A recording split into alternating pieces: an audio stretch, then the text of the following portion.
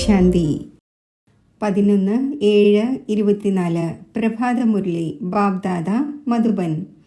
ബാബ പറയുന്നു, മധുരമായി കുട്ടികളെ, സുൻ അവസ്ഥ, അതായത് അശരീരി ആകേണ്ട സമയമാണ് ഇപ്പോൾ. ഈ അവസ്ഥയിൽ ഇരിക്കുന്നതിൻ്റെ അഭ്യാസം ചെയ്യൂ. ചോദ്യം: ഏറ്റവും ഉയർന്ന ലക്ഷ്യം ഏതാണ്? അതിൻ്റെ പ്രാപ്തി എങ്ങനെ ഉണ്ടാകും? ഉത്തരം: സമ്പൂർണ്ണ സിവിലൈസ്ഡ് ആവുക. ഇത് തന്നെയാണ് ഉയർന്ന ലക്ഷ്യം. കർമ്മേന്ദ്രിയങ്ങളിൽ അല്പം പോലും ചഞ്ചലത വരരുത്. അപ്പോൾ സമ്പൂർണ്ണ സിവിലൈസ്ഡ് ആകും. എപ്പോഴാണോ ഇങ്ങനെയുള്ള അവസ്ഥ ഉണ്ടാകുന്നത്, അപ്പോൾ വിശ്വത്തിൻ്റെ ചക്രവർത്തി പദം ലഭിക്കും. കയറിയാൽ വൈകുണ്ഠരസം എന്ന് പാടപ്പെട്ടിട്ടുമുണ്ട്. അതായത് രാജാക്കന്മാരുടെയും രാജാവാകാം, ഇല്ലെങ്കിൽ പ്രജയാകും. ഇപ്പോൾ പരിശോധിക്കൂ, എൻ്റെ വൃത്തി എങ്ങനെയുള്ളതാണ്? ഏതെങ്കിലും തെറ്റ് ഉണ്ടാകുന്നില്ലല്ലോ. ഓം ശാന്തി. ആത്മാഭിമാനിയായി ഇരിക്കണം. ബാബ കുട്ടികൾക്ക് മനസ്സിലാക്കിച്ചു തരുന്നു, സ്വയം ആത്മാവാണ് എന്ന് മനസ്സിലാക്കൂ. ഇപ്പോൾ ബാബ ഓൾറൗണ്ടറിനോട് ചോദിക്കുകയാണ്, സത്യയുഗത്തിൽ ആത്മാഭിമാനിയായിരിക്കുമോ അതോ ദേഹാഭിമാനിയാണോ?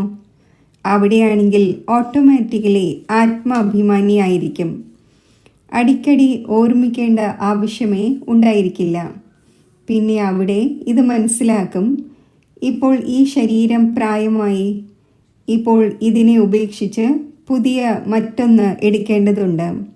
സർപ്പത്തിൻ്റെ ഉദാഹരണം ഉള്ളതുപോലെ ആത്മാവും ഈ പഴയ ശരീരം ഉപേക്ഷിച്ച് പുതിയതെടുക്കുന്നു. ഭഗവാൻ ഉദാഹരണം നൽകി മനസ്സിലാക്കിച്ചു തരുന്നു, നിങ്ങൾ എല്ലാ മനുഷ്യരെയും ജ്ഞാനം ഊതി ഊതി തനിക്ക് സമാനം ജ്ഞാനവാൻ ആക്കി മാറ്റണം. അതിലൂടെ പരിസ്ഥാനിയായ നിർവികാരി ദേവതയായി മാറട്ടെ. ഉയർന്നതിലും ഉയർന്ന പഠനമാണ് മനുഷ്യനിൽ നിന്നും ദേവത ആക്കുന്നതിൻ്റെ. മനുഷ്യനെ ദേവതയാക്കി എന്ന് മഹിമയുമുണ്ടല്ലോ. ആരാണ് ആക്കിയത്? ദേവതമാരല്ല ആക്കിയത്, ഭഗവാൻ തന്നെയാണ് മനുഷ്യരെ ദേവതയാക്കുന്നത്. മനുഷ്യർ ഈ കാര്യങ്ങളെ അറിയുന്നില്ല. നിങ്ങളോട് എല്ലായിടത്തുമുള്ളവർ ചോദിക്കുന്നു, താങ്കളുടെ എയിം ഓബ്ജക്റ്റ് എന്താണ്? അപ്പോൾ എന്തുകൊണ്ട് എയിം ഓബ്ജക്റ്റിൻ്റെ ഒരു ചെറിയ നോട്ടീസ് ലഘുലേഖയുടെ അച്ചടിച്ചിട്ടില്ല? ആര് ചോദിച്ചാലും അവർക്ക് നോട്ടീസ് നൽകൂ, അതിലൂടെ മനസ്സിലാക്കട്ടെ. ബാബ വളരെ നല്ല രീതിയിൽ മനസ്സിലാക്കിച്ചു തന്നു. ഈ സമയത്ത് ഇത് കലിയുഗി പതീത ലോകമാണ്. ഇതിൽ മഹാ അപരം അപാര ദുഃഖമാണ്. ഇപ്പോൾ നമ്മൾ മനുഷ്യരെ സത്യയുഗി പാവന മഹത്തരമായ സുഖധാമത്തിലേക്ക് കൊണ്ടുപോകുന്നതിൻ്റെ സർവീസ് ചെയ്തുകൊണ്ടിരിക്കുന്നു, അഥവാ വഴി പറഞ്ഞു കൊടുക്കുന്നു. നമ്മൾ അദ്വൈത നോളജ് നൽകുന്നു എന്നല്ല. അവർ ശാസ്ത്രങ്ങളുടെ നോളജിനെ അദ്വൈത നോളജായി മനസ്സിലാക്കുന്നു. വാസ്തവത്തിൽ അത് അദ്വൈത നോളജൊന്നുമല്ല. അദ്വൈത നോളജ് എന്ന് എഴുതുന്നത് പോലും റോങ് ആണ്. മനുഷ്യർക്ക് ക്ലിയറായി പറഞ്ഞു കൊടുക്കണം, ഇവരുടെ ഉദ്ദേശം എന്താണ് എന്ന് പെട്ടെന്ന് മനസ്സിലാകുന്ന തരത്തിലുള്ള ലഘു ലേഖകൾ അച്ചടിച്ചിട്ടുണ്ടാകണം. കലിയുഗി പതീത ഭ്രഷ്ടാചാരി മനുഷ്യരെ നമ്മൾ അപാര ദുഃഖങ്ങളിൽ നിന്ന് മാറ്റി സത്യയുഗി പവിത്ര ശ്രേഷ്ഠാചാരി അപാര സുഖങ്ങളുടെ ലോകത്തിലേക്ക് കൊണ്ടുപോകുന്നു. ബാബ ഈ എസ്സേ അഥവാ പ്രബന്ധം കുട്ടികൾക്ക് നൽകുന്നു. ഇങ്ങനെ ക്ലിയറായി എഴുതണം. എല്ലായിടത്തും നിങ്ങളുടെ ഇങ്ങനെയുള്ള ലഘുലേഖകൾ വച്ചിട്ടുണ്ടാകണം. പെട്ടെന്ന് അതെടുത്ത് നൽകണം. അപ്പോൾ മനസ്സിലാക്കും, നമ്മൾ ദുഃഖധാമത്തിലാണ്, അഴുക്കിൽ കിടക്കുകയാണ്. നമ്മൾ കലിയുഗി പതീത ദുഃഖധാമത്തിലെ മനുഷ്യരാണ് എന്ന് മനുഷ്യരാരും മനസ്സിലാക്കുന്നില്ല. ഈ ഒന്ന് നമ്മളെ അപാര സുഖങ്ങളിലേക്ക് കൊണ്ടുപോകുന്നു. ഇങ്ങനെയുള്ള ഒരു നല്ല നോട്ടീസ് ഉണ്ടാക്കണം. ബാബയും അച്ചടിച്ചിട്ടുണ്ടായിരുന്നു. സത്യയുഗിയാണോ അതോ കലിയുഗിയാണോ? എന്നാൽ മനുഷ്യർ മനസ്സിലാക്കുന്നില്ല. രത്നങ്ങളെപ്പോലും കല്ലാണെന്ന് വിചാരിച്ച് വലിച്ചെറിയുന്നു. ഇത് ജ്ഞാനരത്നങ്ങളാണ്. അവർ വിചാരിക്കുന്നു ശാസ്ത്രങ്ങളിൽ രത്നമാണെന്ന്. നിങ്ങൾ ക്ലിയറായി ഇങ്ങനെ പറയൂ, അതിലൂടെ ഇവിടെ അപാര ദുഃഖമാണ് എന്ന് മനസ്സിലാക്കട്ടെ. ദുഃഖങ്ങളുടെയും ലിസ്റ്റ് ഉണ്ടായിരിക്കണം. ഏറ്റവും കുറഞ്ഞത് 101 തീർച്ചയായും ഉണ്ടായിരിക്കണം. ഈ ദുഃഖധാമത്തിൽ അപാര ദുഃഖമാണ്. ഇതെല്ലാം എഴുതൂ. മുഴുവൻ ലിസ്റ്റും എടുക്കൂ. മറുഭാഗത്ത് പിന്നെ അപാര സുഖമാണ്. അവിടെ ദുഃഖത്തിൻ്റെ പേരേ ഉണ്ടായിരിക്കില്ല. നമ്മൾ ആ രാജ്യം അഥവാ സുഖധാമം സ്ഥാപിച്ചു കൊണ്ടിരിക്കുകയാണ്. അങ്ങനെ ആകുമ്പോൾ മനുഷ്യരുടെ വായ ഉടനെ അടഞ്ഞു പോകും. ഈ സമയത്ത് ദുഃഖധാമമാണ് എന്നാരും മനസ്സിലാക്കുന്നില്ല. ഇതിനെ അവർ സ്വർഗമായി മനസ്സിലാക്കിയിരിക്കുകയാണ്. വലിയ വലിയ കൊട്ടാരവും പുതിയ പുതിയ ക്ഷേത്രവും മറ്റും ഉണ്ടാക്കിക്കൊണ്ടിരിക്കുന്നു. ഇതെല്ലാം ഇല്ലാതാകാൻ പോകുന്നവയാണ് എന്ന് അറിയുന്നില്ല. കൈക്കൂലി പണം വളരെയധികം അവർക്ക് ലഭിക്കുന്നു. ബാബ മനസ്സിലാക്കിച്ചു തന്നിട്ടുണ്ട്, ഇതെല്ലാം മായയുടെയും സയൻസിൻ്റെയും ഗർവാണ്. വാഹനങ്ങൾ, എയ്റോപ്ലെയിൻ തുടങ്ങി ഇവയെല്ലാം മായയുടെ ഷോയാണ്. ഇതും നിയമമാണ്. എപ്പോഴാണോ ബാബ സ്വർഗത്തിൻ്റെ സ്ഥാപന ചെയ്യുന്നത്, അപ്പോൾ മായയും തൻ്റെ ആഡംബരം കാണിക്കുന്നു. ഇതിനെ മായയുടെ പോംപ് അഥവാ പുറംമോടി എന്ന് പറയുന്നു. ഇപ്പോൾ കുട്ടികളായ നിങ്ങൾ മുഴുവൻ വിശ്വത്തിലും ശാന്തി സ്ഥാപിച്ചുകൊണ്ടിരിക്കുന്നു. അഥവാ മായയുടെ പ്രവേശനം എവിടെയെങ്കിലും ഉണ്ടാവുകയാണെങ്കിൽ കുട്ടികളുടെ ഉള്ള് നീറുന്നു. ആരെങ്കിലും ആരുടെയെങ്കിലും നാമരൂപത്തിൽ കുടുങ്ങിക്കിടക്കുകയാണെങ്കിൽ ഇവർ ക്രിമിനലൈസ്ഡ് ആണ് എന്ന് ബാബ മനസ്സിലാക്കുന്നു. കലിയുഗത്തിൽ ക്രിമിനലൈസേഷനാണ്, സത്യയുഗത്തിൽ സിവിലൈസേഷനാണ്. ഈ ദേവതമാരുടെ മുന്നിൽ എല്ലാവരും ശിരസ് നമിക്കുന്നു. താങ്കൾ നിർവികാരിയും നമ്മൾ വികാരിയുമാണ്. അതിനാൽ ബാബ പറയുന്നു, ഓരോരുത്തരും തൻ്റെ അവസ്ഥയെ നോക്കൂ. വളരെ വളരെ നല്ല മഹാരഥികളും സ്വയം തന്നെ നോക്കണം.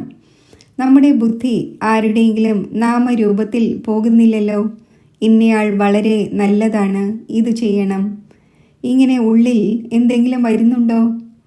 ബാബ ഇത് അറിയുന്നുണ്ട്. ഈ സമയം സമ്പൂർണ്ണ സിവിലൈസ്ഡായി ആരും തന്നെയില്ല. അല്പം പോലും ചഞ്ചലത വരരുത്. വളരെ പ്രയത്നമുണ്ട്. വിരളം പേരെ ഇങ്ങനെ ആകുന്നുള്ളൂ. കണ്ണുകൾ എന്തെങ്കിലുമൊക്കെ ചതിവ് തീർച്ചയായും ചെയ്യുന്നു. ഡ്രാമ പെട്ടെന്ന് ആരുടേതും സിവിലൈസ്ഡ് ആക്കുകയില്ല. നല്ലവണ്ണം പുരുഷാർത്ഥം ചെയ്ത് തൻ്റെ പരിശോധന നടത്തണം. നമ്മുടെ കണ്ണുകൾ എവിടെയെങ്കിലും ചതിക്കുന്നില്ലല്ലോ.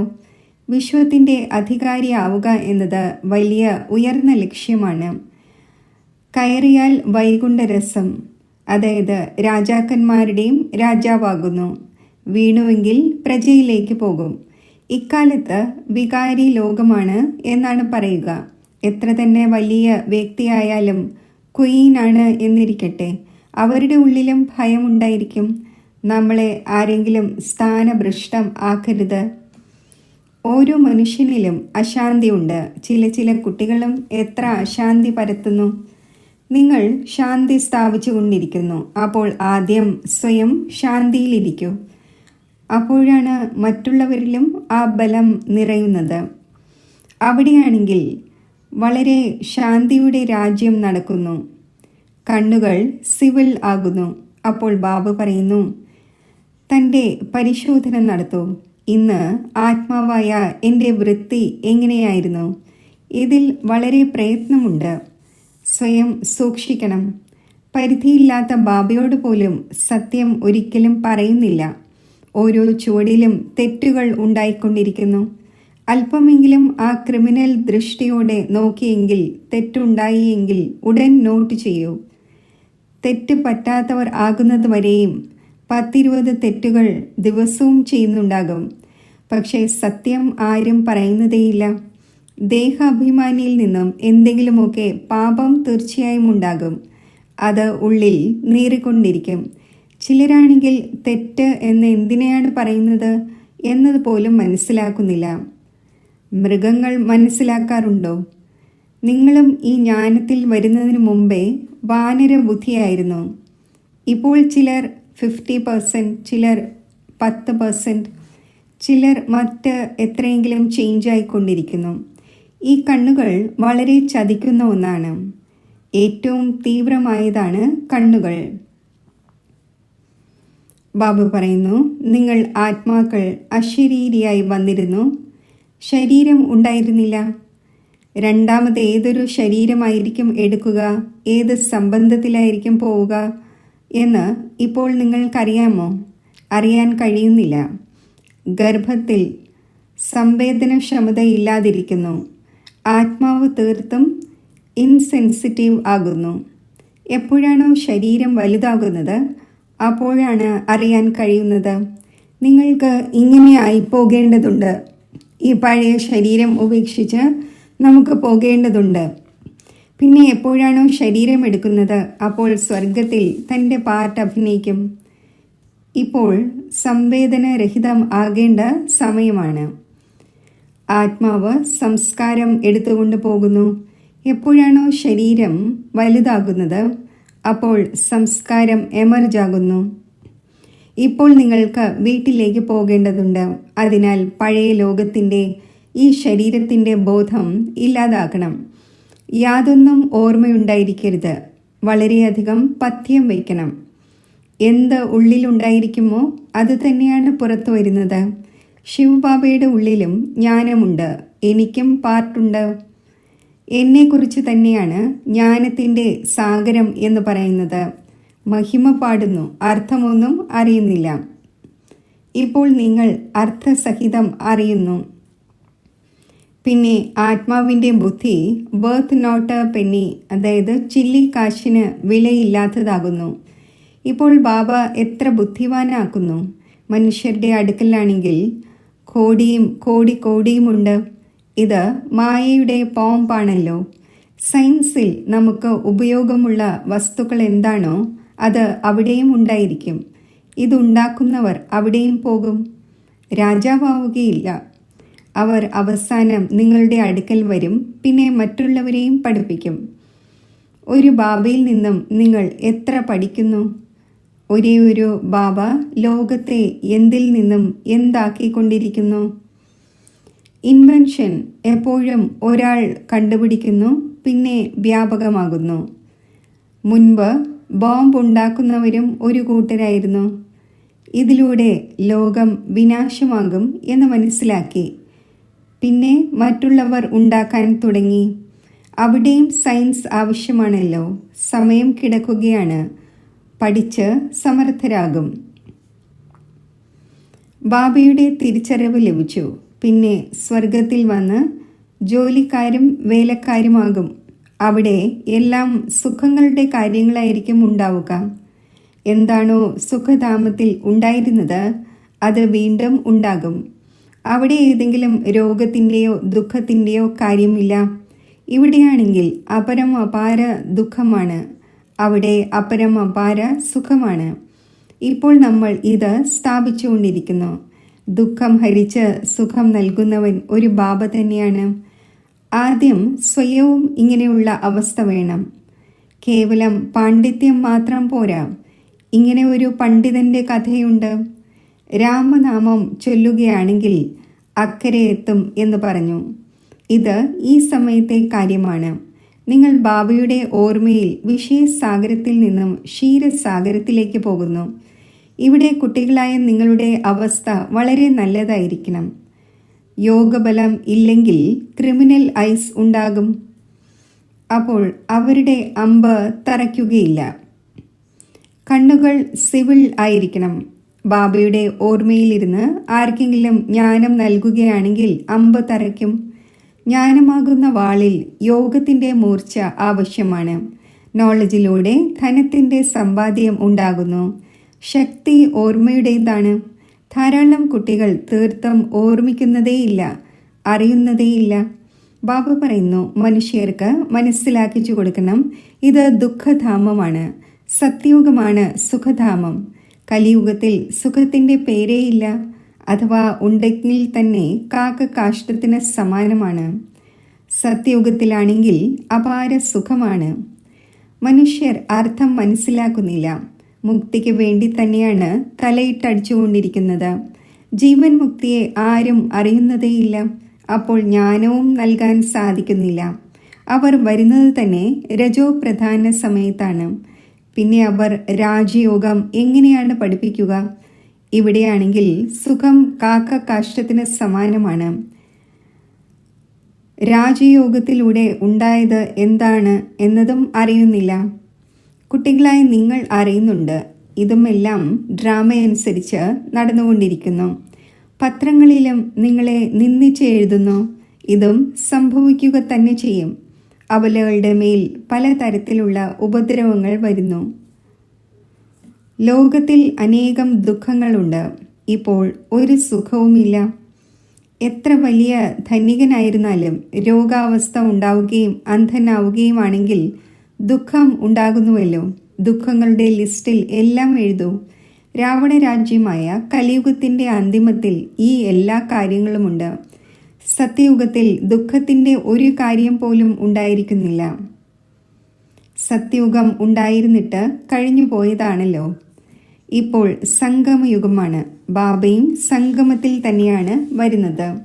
ഇപ്പോൾ നിങ്ങൾക്കറിയാം, 5000 വർഷത്തിൽ നമ്മൾ ഏതെല്ലാം ജന്മങ്ങൾ എടുക്കുന്നു. എങ്ങനെയാണ് സുഖത്തിൽ നിന്നും പിന്നെ ദുഃഖത്തിലേക്ക് വരുന്നത്? ആർക്കാണോ മുഴുവൻ ജ്ഞാനവും ബുദ്ധിയിലുള്ളത്, ധാരണയുള്ളത്, അവർക്ക് മനസ്സിലാക്കാൻ സാധിക്കുന്നു. ബാബ കുട്ടികളായി നിങ്ങളുടെ സഞ്ചി നിറയ്ക്കുന്നു. ധനം നൽകിയാൽ ധനം കുറയുകയില്ല എന്ന് പാടപ്പെട്ടിട്ടുമുണ്ട്. ധനം ദാനം ചെയ്യുന്നില്ലെങ്കിൽ അതിനർത്ഥം അവരുടെ അടുക്കൽ ഇല്ല എന്നാണ്. അപ്പോൾ പിന്നെ ലഭിക്കുകയുമില്ല. കണക്കുണ്ടല്ലോ. നൽകുകയില്ലെങ്കിൽ എവിടെ നിന്നും ലഭിക്കും? അഭിവൃദ്ധി എവിടെ നിന്നും ഉണ്ടാകും? ഇതെല്ലാം അവിനാശി ജ്ഞാനരത്നങ്ങളാണ്. ഓരോ കാര്യത്തിലും നമ്പർ വൈസ് ആയിരിക്കുമല്ലോ. ഇതും നിങ്ങളുടെ ആത്മീയ സേനയാണ്. ചില ആത്മാക്കൾ പോയി ഉയർന്ന പദവി നേടും. ചില ആത്മാക്കൾ പ്രജാപദവി നേടും. കഴിഞ്ഞ കൽപ്പത്തിൽ നേടിയതുപോലെ. ശരി, മധുരമധുരമായ സീഖിലതെ ആത്മീയ കുട്ടികൾക്ക് പുരുഷാർത്ഥത്തിൻ്റെ നമ്പർ അനുസരിച്ച് ബാബ്ദാദയുടെയും മാതാപിതാക്കളുടെയും ഹൃദയപൂർവ്വം സ്നേഹത്തോടെ സ്നേഹസ്മരണകൾ. Good morning. ആത്മീയ പിതാവിൻ്റെ ആത്മീയ കുട്ടികൾക്ക് നമസ്തേ. ധാരണയ്ക്കുള്ള മുഖ്യസാരം: സ്വയം തന്നെ സംരക്ഷിക്കുന്നതിന് വേണ്ടി ഓരോ ചുവടിലും പരിശോധിക്കണം. ഇന്ന് ആത്മാവായ എൻ്റെ വൃത്തി എങ്ങനെയായിരുന്നു? കണ്ണുകൾ സിവിലായിരുന്നുവോ? ദേഹാഭിമാനത്തിന് വശപ്പെട്ട് ഏതെങ്കിലും പാപം ഉണ്ടായോ? ബുദ്ധിയിൽ അവിനാശി ജ്ഞാനധനം ധാരണ ചെയ്ത് പിന്നെ ദാനം ചെയ്യണം. ജ്ഞാനമാകുന്ന വാളിന് തീർച്ചയായും ഓർമ്മയുടെ മൂർച്ച വരുത്തണം. വരദാനം: സത്യതയുടെ അതോറിറ്റി ധാരണ ചെയ്ത് സർവരെയും ആകർഷിക്കുന്ന നിർഭയരും വിജയിയുമായി ഭവിക്കട്ടെ. കുട്ടികളായ താങ്കൾ സത്യതയുടെ ശക്തിശാലി ശ്രേഷ്ഠ ആത്മാക്കളാണ്. സത്യമായ ജ്ഞാനം, സത്യമായ ബാബ, സത്യമായ പ്രാപ്തി, സത്യമായ ഓർമ്മ, സത്യമായ ഗുണം, സത്യമായ ശക്തികൾ എല്ലാം പ്രാപ്തമാണ്. ഇത്രയും വലിയ അതോറിറ്റിയുടെ ലഹരി ഉണ്ടായിരിക്കുമെങ്കിൽ ഈ സത്യതയുടെ അതോറിറ്റി ഓരോ ആത്മാവിനെയും ആകർഷിച്ചുകൊണ്ടിരിക്കും. അസത്യഖണ്ഡത്തിൽ പോലും ഇങ്ങനെയുള്ള സത്യതയുടെ ശക്തിയുള്ളവർ വിജയിയാകുന്നു. സത്യതയുടെ പ്രാപ്തിയാണ് സന്തോഷവും നിർഭയതയും. സത്യം പറയുന്നവർ നിർഭയരായിരിക്കും. അവർക്ക് ഒരിക്കലും ഭയം ഉണ്ടാവുക സാധ്യമല്ല. സ്ലോഗൻ: വായുമണ്ഡലത്തെ പരിവർത്തനപ്പെടുത്തുന്നതിൻ്റെ ഉപാധിയാണ് പോസിറ്റീവ് സങ്കല്പവും ശക്തിശാലി വൃത്തിയും. ഓം ശാന്തി.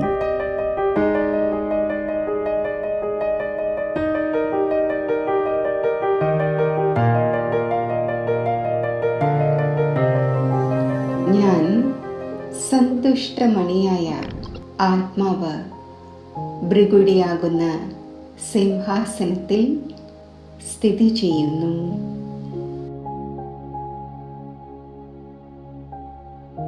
ഞാൻ തേജസ്വി ആത്മാവാണ്.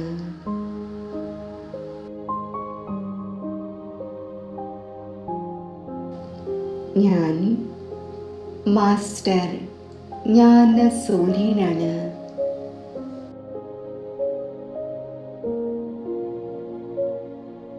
എന്നിൽ നിന്നും സമസ്ത വിശ്വത്തിലേക്കും പ്രകാശകിരണങ്ങൾ വ്യാപിക്കുന്നു.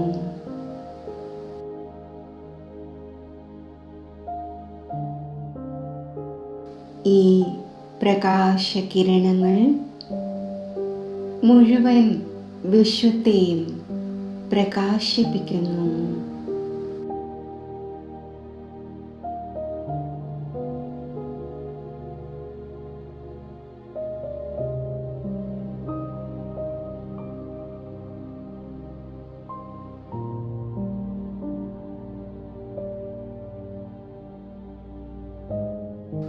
ഞാൻ പവിത്ര സ്വരൂപ ആത്മാവാണ്. കമലാസനധാരിയായി ഞാൻ സ്ഥിതി ചെയ്യുന്നു.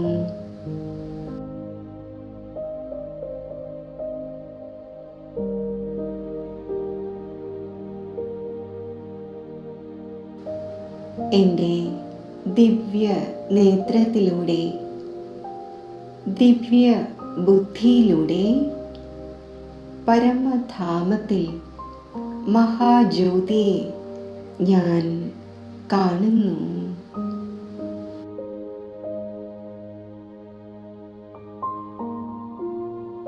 പവിത്രതയുടെ സാഗരമായ ശിവ പരമാത്മാവിൽ നിന്നും 4 ഭാഗത്തും പവിത്രതയുടെ ദിവ്യ പ്രകാശം വ്യാപിക്കുന്നു.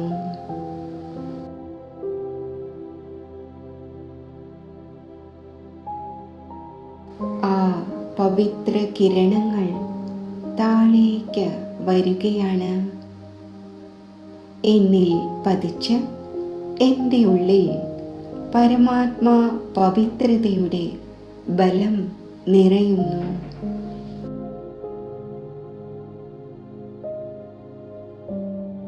എന്നിൽ നിന്നും പരമാത്മാ പവിത്രതയുടെ ശക്തി 4 ഭാഗത്തും വ്യാപിക്കുന്നു.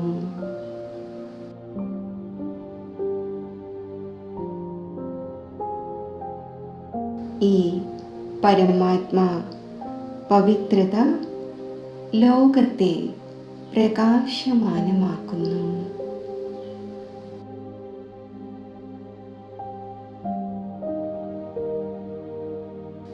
പ്രകൃതിക്കും പോഷണമായി തീരുന്നു. പ്രകൃതിക്കും ബലം ലഭിക്കുന്നു.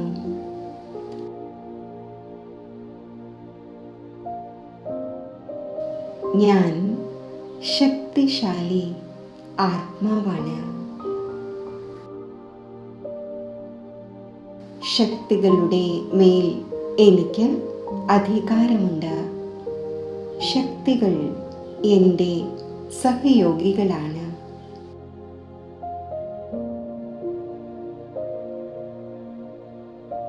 ഞാൻ മൈൻഡ് ഹൗസ് ആണ്.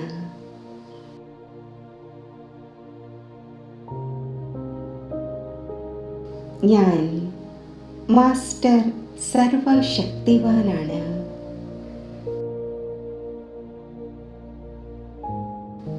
ഞാൻ ശിവശക്തിയാണ്. ഒരു സെക്കൻഡിൽ പരംധാമത്തിലേക്ക് എൻ്റെ ബുദ്ധിയെ ഞാൻ കൊണ്ടുപോകുന്നു.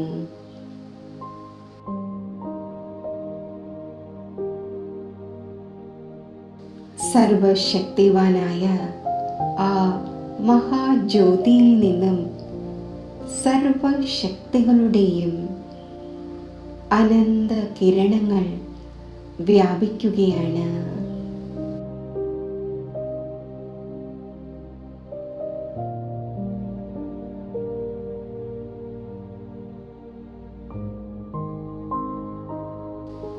പരമാത്മാ ശക്തികളായി ഞാൻ സമ്പന്നമാകുന്നു.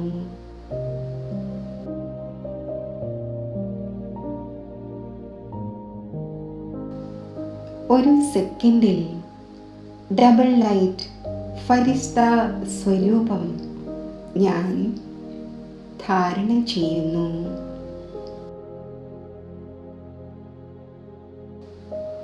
അവ്യക്ത ലോകത്തിൽ അവ്യക്ത ബാപ്ദാദയുടെ മുന്നിലാണ് ഞാൻ.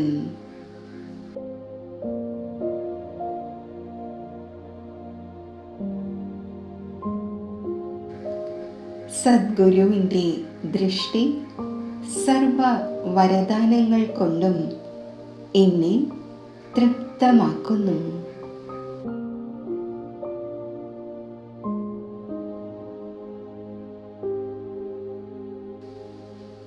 ബാപ്ദാദയിൽ എൻ്റെ ബുദ്ധി ഏകാഗ്രമാകുമ്പോൾ ജ്ഞാനസൂര്യൻ്റെ പ്രകാശവും ശക്തിയും എന്നിൽ നിറയുന്നു.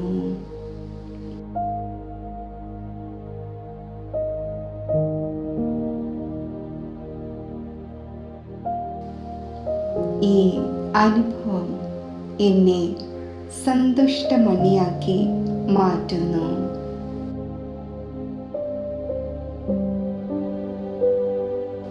ഡബിൾ ലൈറ്റ് ഫരിസ്തയായ ഞാൻ സാകാര ദേശത്തിൽ ലൈറ്റ് മൈറ്റ് സ്വരൂപമായി സ്ഥിതി ചെയ്യുന്നു.